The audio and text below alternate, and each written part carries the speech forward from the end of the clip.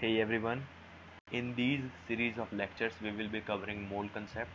यार बहुत important chapter है. फिजिकल केमिस्ट्री के लिए तो है ही है, बट इनऑर्गेनिक और ऑर्गेनिक में भी न्यूमेरिकल्स में यूज़ हो जाता है.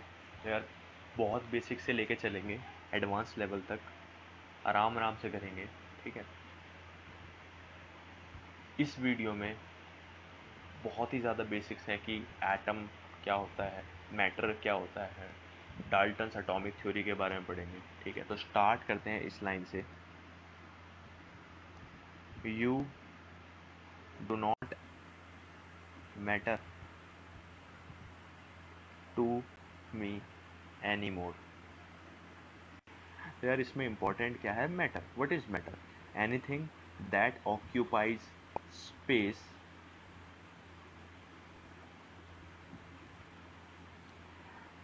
And has mass is known as matter. ठीक है, नहीं है. बहुत पहले यार ये कहा गया कि जो मैटर होता है, matter is composed by tiny building blocks which were hard and indivisible. ठीक है, जिन्हें हम कहते हैं एटम्स. यार तो मैं ये नहीं कह रहा कि इसे हमें मानना ही मानना है. ये कहा गया, ये सारी फिलोसफिकल बातें थी, कोई एक्सपेरिमेंटल बेस्ड चीज़ें नहीं थी. बस ऐसे ही बोल दिया गया कि ऐसा ऐसा होता है. जो सबसे पहली थ्योरी आई मैटर पे वो दी थी डाल्टन्स ने. That is known as Dalton's atomic theory. तो यार डाल्टन भाई साहब ने 3-4 पॉइंट दिए. ठीक है, अपनी थ्योरी में एटम्स के बारे में. सबसे पहला पॉइंट कहा कि matter is made up of very small indivisible particles called atoms. हमने कहा यार ये तो हमने सुना सुना सा लग रहा है, ये ऊपर भी पढ़ा था. इंडिविजिबल, इंडिविजिबल क्या होता है यार? जिसे डिवाइड ना किया जा सके.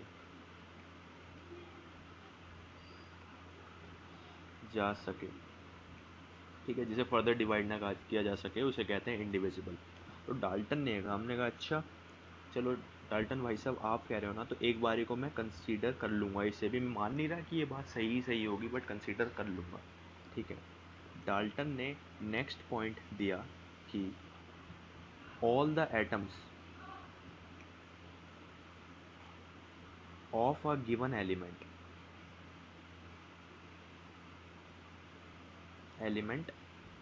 Are identical in all respect, that is mass, shape, size, etc. Dalton ने कहा कि यार मैं अगर एटम्स लूँगा ना एक गिवन एलिमेंट के, कोई से भी, जैसे क्लोरीन के मैंने एटम्स ले लिए, तो वो सारे के सारे आइडेंटिकल होंगे मास में और साइज़ वगैरह में. ठीक है, ये नहीं होगा कि किसी का मास ज़्यादा हो रहा है किसी का कम हो रहा है, सारे आइडेंटिकल होंगे. जैसे मैंने लिया क्लोरीन 1735, ये मैंने 3 एटम्स ले लिए, तो ये तीनों एटम्स बिल्कुल आइडेंटिकल होंगे, इनमें कोई भी चेंज नहीं होगा. ये बोला डाल्टन ने. अब इससे ही सिमिलर डाल्टन ने एक पॉइंट दिया कि atoms of different element are different in nature. जैसे हमने कहा कि ये गिवन एलिमेंट के जो एटम्स होंगे वो आइडेंटिकल होंगे, बट अगर अलग एलिमेंट के एटम्स हमने लिए, जैसे क्लोरीन एक लिया 1735, एक लिया सल्फर 1632, तो ये जो दोनों होंगे ये अलग अलग एलिमेंट्स हैं. तो ये जो दोनों होंगे ना ये अलग नेचर शो करेंगे, अलग प्रॉपर्टीज शो करेंगे. ये डाल्टन ने 2 पॉइंट दिए। हमने कहा यार लॉजिकल से लग रहे हैं डाल्टन भाई साहब आपके दोनों पॉइंट, ठीक है, तो हम इन दोनों को तो मान लेते हैं, ठीक है, लॉजिकल रीजनिंग है, हमें समझ आ गए, ठीक है, मान लेते हैं। अब डाल्टन ने आप पॉइंट जो दिया वो था atoms can not be created, बहुत सुंदर राइटिंग आ रही है, bear with it, और destroyed by any chemical process, कि atoms can not be created और destroyed by any chemical process. ये कहा कि किसी भी केमिकल प्रोसेस में इंपॉर्टेंट है, फिजिकल प्रोसेस नहीं, कि किसी भी केमिकल प्रोसेस से हम एटम्स को ना तो बना सकते हैं और ना डिस्ट्रॉय कर सकते हैं। ओके, अब उनका मतलब, ठीक है, ये यार बहुत इंपॉर्टेंट था और ये बात ना डाल्टन भाई साहब ने बहुत स्ट्रेस दे के बोली। तो हमने कहा अच्छा भाई इतना स्ट्रेस दे रहे हो ना तो मान लेते हैं आपकी ये वर्ड, यार ये बहुत इंपॉर्टेंट पॉइंट है, ये न्यूमेरिकल्स में यूज़ होगा तो अपने दिमाग में ये रखना, ठीक है। और ऐसे ही एक होता है कि एटम्स नहीं क्रिएट कर सकते, ऑल्सो मास भी नहीं हो सकता, ठीक है, that is based on conservation of mass. यार अब एटम एटम इतना हो रहा है तो एटम के बारे में ही बातचीत कर लेते हैं। डाल्टन ने यार एक पॉइंट दिया जो हम जिससे हम सेटिस्फाई नहीं थे, था ना पॉइंट फर्स्ट, कि एटम्स आर इनडिविजिबल। तो यार हम उसी पॉइंट को लेके चलते हैं। डाल्टन ने बोला एटम्स आर इनडिविजिबल। तो यार ये बात जब तक मानी गई जब तक डिस्कवरी नहीं हुई एलिमेंट्स की, जब तक डिस्कवरी नहीं हुई पार्टिकल्स की, नॉट एलिमेंट्स, पार्टिकल्स की, like electrons, protons and neutrons की, एटम्स के अंदर और भी पार्टिकल्स होते हैं, मतलब एटम्स को फर्दर डिवाइड किया जा सकता है, तो ये हो गई बात गलत, ठीक है। जे थॉमसन ने इलेक्ट्रॉन की डिस्कवरी करी थी सबसे पहले, तो उस पर ये बात गलत हो गई कि एटम्स आर इनडिविजिबल, ठीक है, तो अपने को पता चल गया। अब यार किसी भी एक एलिमेंट के एटम को हम कैसे रिप्रेजेंट करते हैं वो देखते हैं। जैसे यार हमने देखा क्लोरीन 1735, सल्फर 1632, ये है क्या यार, ठीक है। तो हमने देखा कि यार ये है क्या, ये ये क्या है यार, ये नीचे 16 लिखा है, ये 32 लिखा है, तो यार ये होता है एटॉमिक नंबर और ये होता है atomic mass. Consider any atom x, कि हमने कोई भी एक एटम एक्स कंसीडर कर लिया, जेड ए, इसमें जेड होता है एटॉमिक नंबर और ए होता है मास नंबर और एटॉमिक मास। ओके, ये जो इसमें Z होता है वो इक्वल होता है नंबर ऑफ प्रोटॉन्स के, कि जितने भी प्रोटॉन्स होंगे एक एटम में वो Z के इक्वल होगा, और जो A इक्वल होता है वो होता है number of protons plus number of neutrons. यार ये जो प्रोटॉन्स एंड न्यूट्रॉन्स है ना, ये न्यूक्लियस के अंदर पाए जाते हैं, ठीक है, तो इन्हें न्यूक्लियॉन्स भी कह दिया जाता है। प्रोटॉन या न्यूट्रॉन को हम कह देते हैं न्यूक्लियॉन।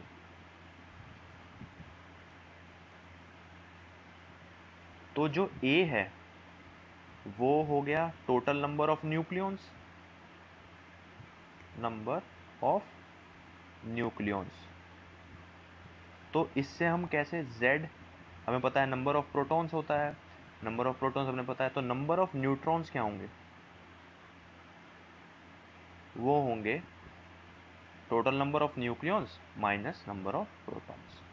ओके, अब यहाँ पर यार कुछ डेफिनेशंस हैं, दैट कि व्हाट आर आइसोटोप्स, कि यार आइसोटोप्स क्या होता है, ठीक है। तो elements which have same atomic number but different mass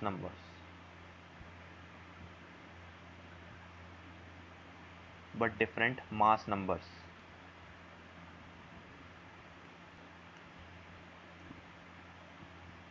ठीक है। तो ये क्या मतलब था कि यार जिसमें जैसे दो एलिमेंट हैं, for example chlorine 1735 and chlorine 17 let's say 37, यार कोई भी एक्स या वाई ले लो, ठीक है।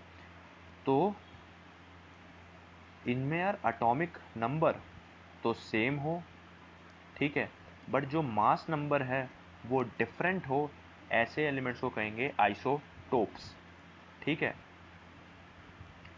मतलब नंबर ऑफ प्रोटॉन्स तो सेम हो but number of nucleons different हो। Example let's say carbon 612, carbon 613, carbon 614। यार इनमें सबसे ज़्यादा जो कॉमन होता है वो होता है कार्बन 12। तो इन सब में क्या है, नंबर ऑफ प्रोटॉन्स मतलब एटॉमिक नंबर सेम है बट एटॉमिक मास या मास नंबर्स डिफरेंट है, नंबर ऑफ न्यूक्लियॉन्स डिफरेंट है, तो इन्हें हम कहते हैं आइसोटोप्स, ठीक है। नेक्स्ट डेफिनेशन है, नेक्स्ट टर्म है व्हाट आर आइसोबार्स, ठीक है। तो elements that have same mass numbers but different atomic number. Example sulphur 1640, chlorine 1740, argon 1840 and calcium 2040। यार इन सब में क्या है, नंबर ऑफ प्रोटॉन्स तो डिफरेंट है but number of nucleons same है, और ऑल्सो ये सारे के सारे डिफरेंट एलिमेंट्स के एटम्स हैं। तो जिन भी एटम्स में जो मास नंबर है वो सेम होगा बट एटॉमिक नंबर है वो डिफरेंट होगा, हम उन्हें कहेंगे isobars, okay. There is another term यार, व्हाट आर आइसोटोन्स। तो यार आइसोटोन्स क्या होते हैं,